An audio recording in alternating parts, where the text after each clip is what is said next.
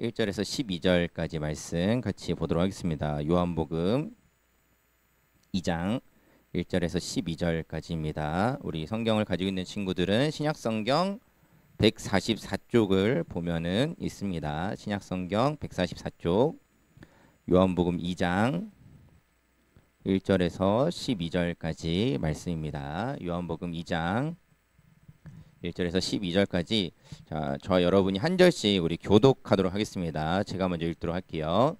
사흘째 되던 날 갈릴리 가나에 혼례가 있어 예수의 어머니도 거기 계시고 예수와 그 제자들도 혼례의 청함을 받았더니 포도주가 떨어진지라 예수의 어머니가 예수에게 이르되 저들에게 포도주가 없다 하니 예수께서 이르시되 여자여 나와 무슨 상관이 있나이까 내 때가 아직 이르지 아니하였나이다. 그의 어머니가 하인들에게 이르되 너희에게 무슨 말씀을 하시든지 그대로 하라 하니라. 거기에 유대인의 정결 예식을 따라 두세 통 드는 돌 항아리 6이 놓였는지라. 예수께서 그들에게 이르시되 항아리에 물을 채우라 하신즉 아기까지 채우니 이제는 떠서 연회장에게 갖다 주라 하시매 갖다 주었더니 연회장은 물로 된 포도주를 맛보고도 어디서 났는지 알지 못하되 물 떠온 하인들은 알더라. 연회장이 신랑을 불러 사람마다 먼저 좋은 포도주를 내고 취한 후에 낮은 것을 내거늘 그대는 지금까지 좋은 포도주를 두었도다 하니라. 예수께서 이 첫 표적을 갈릴리 가나에서 행하여 그의 영광을 나타내심에 제자들이 그를 믿으니라. 그 후에 예수께서 그 어머니와 형제들과 제자들과 함께 가버나움으로 내려가셨으나 거기에 여러 날 계시지는 아니하시니라. 아멘. 자, 오늘 같이 읽은 말씀을 가지고 예수님만이 가능한 일이라는 제목으로 같이 말씀을 나누려고 합니다. 자, 우리가 성경을 보면은 예수님께서 어떤 분이신지를 알 수 있어요. 예수님이 어떤 분이신지 증언하는 내용들도 있고 또 예수님께서 직접 나는 이런 사람이야 라고 예수님께서 소개하시는 일이 있습니다. 자, 그것을 이제 그런 일들을 가리켜서 표적이라고 부릅니다. 자, 우리 이제 사실 표적하면 익숙한 이미지는 요거지만은 성경에서 말하는 표적은 이런 타겟 이런 것이 아니라 오히려 신호, 영어로 하면은 사인이라는 의미의 단어예요. 자, 이 성경이 말하는 표적을 통해서는 다시 한번 얘기하지만은 예수님이 누구신지 또 예수님이 어떤 분이신지를 드러낼 때 그 어떤 증거들을 드러낼 때 이것을 표적이라고 이야기합니다. 자, 그 중에서 예수님께서 행하신 여러 가지 표적들이 있는데 첫 번째 표적이 바로 뭐냐면은 오늘 우리 같이 읽은 이 가나 혼인 잔치의 내용이에요. 자, 오늘 내용을 같이 살펴보면서 예수님 어떤 분이신지를 같이 좀 보려고 합니다. 자, 오늘 본문은 이 갈릴리 가나에서 있었던 혼인 잔치로 시작을 합니다. 자, 여기에 이제 예수님의 어머님 마리아도 있었다라고 하고 또 예수님과 제자들도 잔치에 초대되어서 그 자리에 함께 있었다라고 해요. 자, 그런데 이 혼인 잔치를 진행하는데 문제가 발생합니다. 뭐냐면은 이 손님을 위하여서 준비한 이 포도주가 다 바닥에 나버린 거예요. 자, 이 포도주라는 게 지금 우리가 생각하는 어떤 와인으로 생각하기보다는 이 당시에 포도주라는 거는 뭐냐면은 물보다 흔한 게 포도주예요.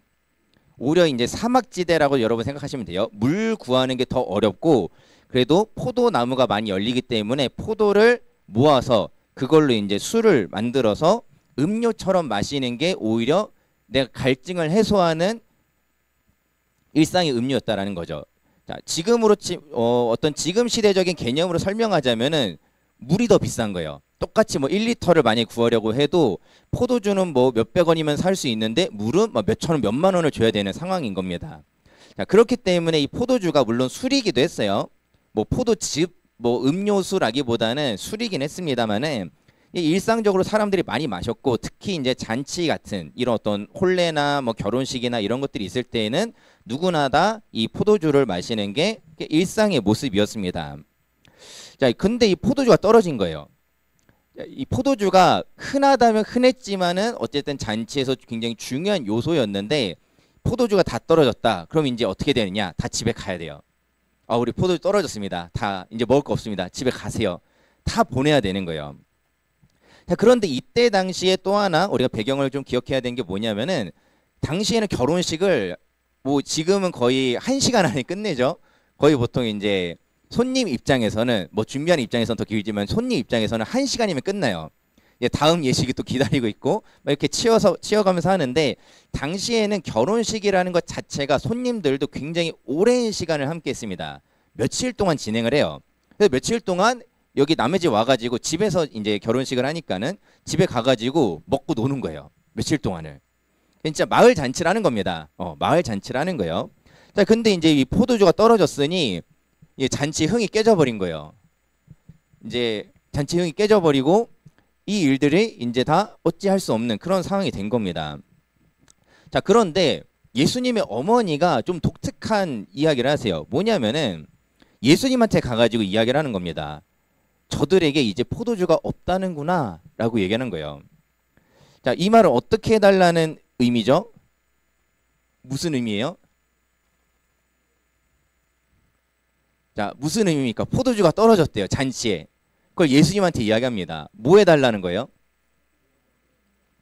자, 포도주를 구해달라, 뭐 이런 의미로 우리가 들릴 수 있겠죠. 자, 그런데 예수님께서 어떻게 대답하십니까?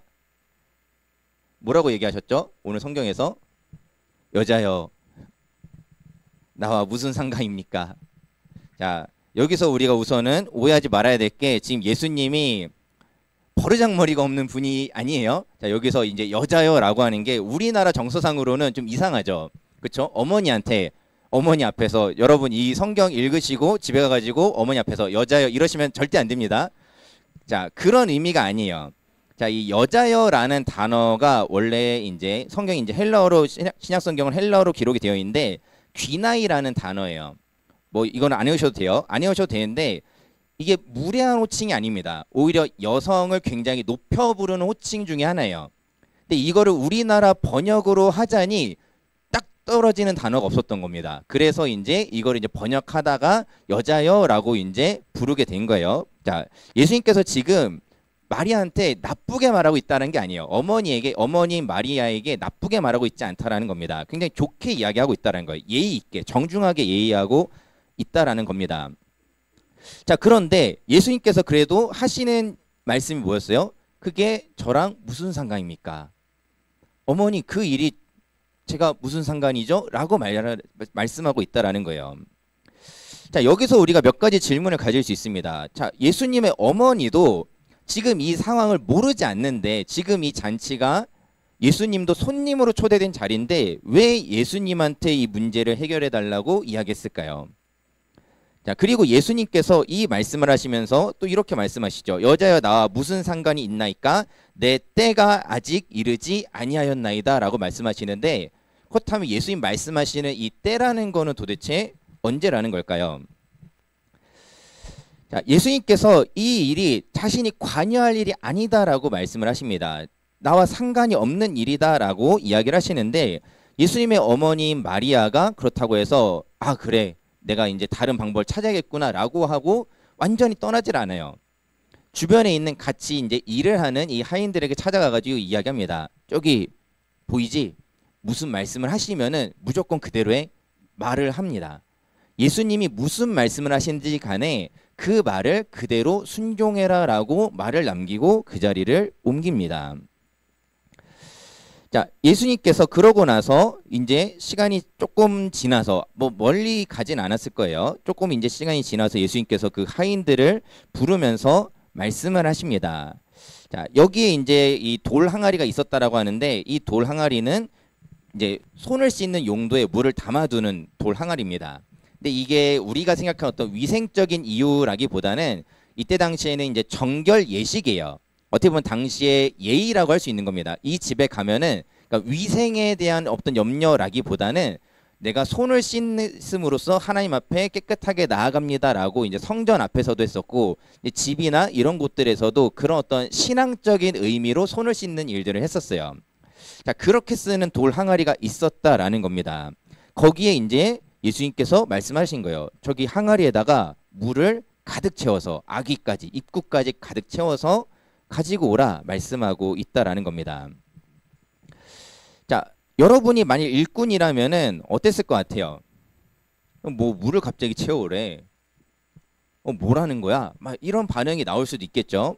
자, 그리고 지금 옆에서 이 이야기를 들었다면은 더 어이가 없겠죠. 포도주가 지금 떨어졌다는데 지금 물 구해가지고 이게 될 일인가? 라고 할 수 있다라는 겁니다. 자, 그런데 그런 의문에도 불구하고 이 일꾼들이 말씀에 순종을 합니다. 예수님의 어머니 마리아가 말한 대로, 그리고 예수님이 말한 대로 그 일들을 그대로 행하고, 자, 예수님이 이제 또 얘기하시는 거예요. 그럼 물 떴지? 그러면 그 물을 떠다가 저기 연회장, 이 지금 결혼 잔치를 책임지고 있는 총지휘하는 사람에게 갖다 줘라라고 이야기를 하는 겁니다. 자, 이것을 마시고 이 사람이 굉장히 깜짝 놀라죠. 왜 놀라느냐? 보통은 일반적으로 처음에 좋은 거 주고 나중에 취하면은, 사람들이 어차피 취하면은 맛을 제대로 구별하지 못하니까는 나중에 이제 좀 덜 좋은 것들을 내주면서 앞에서 좋은 걸 대접하고 뒤에는 표현하자면 좀 싼 포도주를, 좀 저렴한 포도주를 대접하는 게 일반적인 건데, 이 사람이 마셔봤더니 아니 이 좋은 걸 왜 지금까지 아꼈습니까? 왜 좋은 거를 이제서야 냅니까? 라는 식으로 이야기를 했다라는 거예요. 자, 이런 일들이 일어났는데 오늘 본문의 내용을 오늘 요한복음 2장 11절에서는 이렇게 기록합니다. 예수께서 이 표적을 갈릴리 가나에서 행하여 그의 영광을 나타내심에 제자들이 그를 믿으니라 라고 이야기합니다. 자, 오늘 본문의 내용을 다시 한번 좀 정리할 때 사실 어떻게 보면 간단해요. 예수님이 물을 포도주로 만드셨다. 한 문장으로 정리가 될 수 있어요. 자, 그런데 이 일에 관해서 오늘 성경이 어떻게 이야기하느냐? 이 일을 통해서 하나님이 그의 영광을 나타내셨다라고요.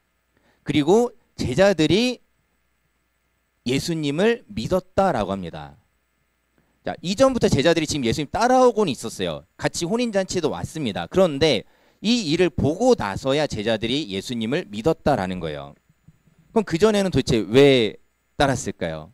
안 믿었다는 걸까요? 자, 오늘 예수님이 하신 일이 도대체 어떤 의미가 있는 건지 우리가 한번 생각해 볼 필요가 있습니다. 자, 예수님이 하신 일을 표면적으로 보면 우리가 아까 정리한 것처럼 물을 포도주로 바꾼 게 다예요. 그렇죠? 예수님께서 그리고 사실 손을 직접 움직이시지 않았어요. 사람들을 시켜서 물 떠오세요. 이거 갖다 주세요. 그냥 말씀으로 다 이 일들을 하십니다. 직접 막 물을 뜨시고 직접 나눠주시고 하시지 않았단 말이에요. 자, 그런데 이 물로 된 포도주를 만드는 일이 일어났다라는 거예요. 자, 이 어떤 상황을 우리가 한번 생각해 볼 때, 자, 여러분 잔치가 한창 무르익었던 때예요. 지금의 상황은 잔치가 한창 무르익었던 때입니다. 다 사람들이 가장 고조되고 가장 신나 있었을 때예요. 자, 가장 흥이 올랐던 때인데 갑자기 자, 여러분 이제 다 집에 가세요 라고 하면 어때요? 그렇죠? 어이가 없죠? 나 이제 좀 몸이 좀 풀린 것 같은데, 나 이제 좀 신났는데 나보고 지금 가라고? 아니, 세상에 잔치를 이렇게 하는 집이 어딨어? 굉장히 손가락질 받을 수 있는 일이었다라는 겁니다.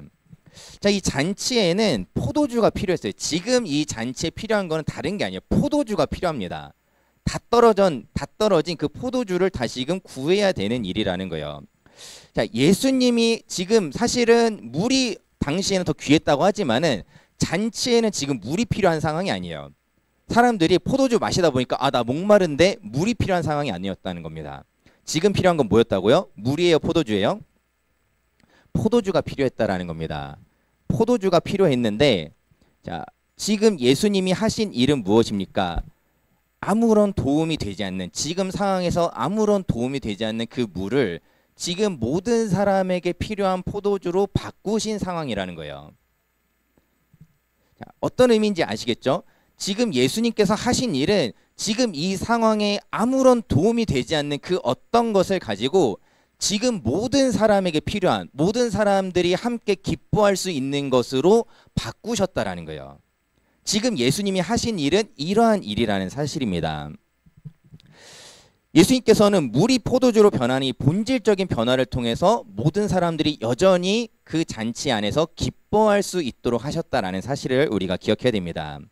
예수님을 통한 구원이 바로 그렇습니다. 예수님께서 우리를 구원하시는 의미, 그리고 예수님이 오늘 하신 일을 오늘날 우리에게 적용해 볼 때 예수님이 우리에게 하시는 일은 무엇이냐?